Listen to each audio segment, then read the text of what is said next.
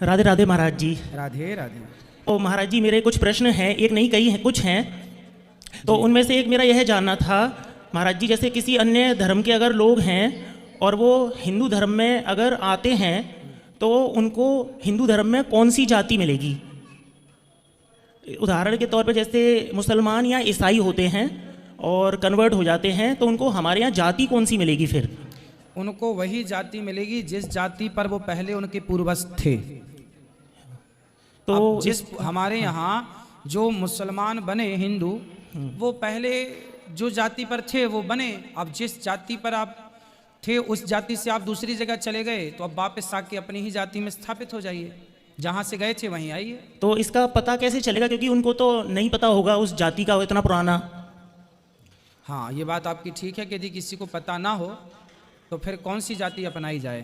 हाँ और इस पर विस्तृत जो जानकारी है, हाँ, वो जब वो आएंगे तो देखा जाएगा कि ये कौन लोग हैं, इनके पूर्वजों पर विचार किया जाएगा तो वो निकल जाएगा। हर चीज़ का विचार होता है, तो जब विचार आप करते हैं तो उसके निष्कर्ष तक आप पहुंचते हैं।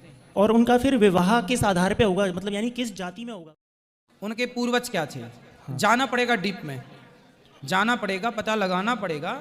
और फिर महाराज हमारे यहाँ एक वर्ण संक्रियता भी है ना। हाँ। तो अगर फिर हिंदू में तो कोई फिर उनसे शादी ही नहीं करेगा तो उसकी मेरे हिसाब से फिर शादी नहीं हो तो पाएगी। भी वर्ण संकरी बन के रहेंगे, फिर तो शादी हो जाएगी फिर उनकी इस तरह हिसाब से? वर्ण संकरियों के संग ही होगी। अच्छा भाई आप ही क्यों स्वीकार करेंगे किसी को? हाँ, तो जो वर्ण संकरी हैं वो वर्ण संकरी ही विवाह करेंगे। इसलिए हमारे हिंदू धर्म में आज तक कभी ये नहीं कहा गया कि आप हमारे धर्म में आ जाओ। हम तो ये कहते हैं आप जिस धर्म में जहाँ हो वहीं रहो और वहीं रह के अच्छे कार्य करो, भगवान का चिंतन करो।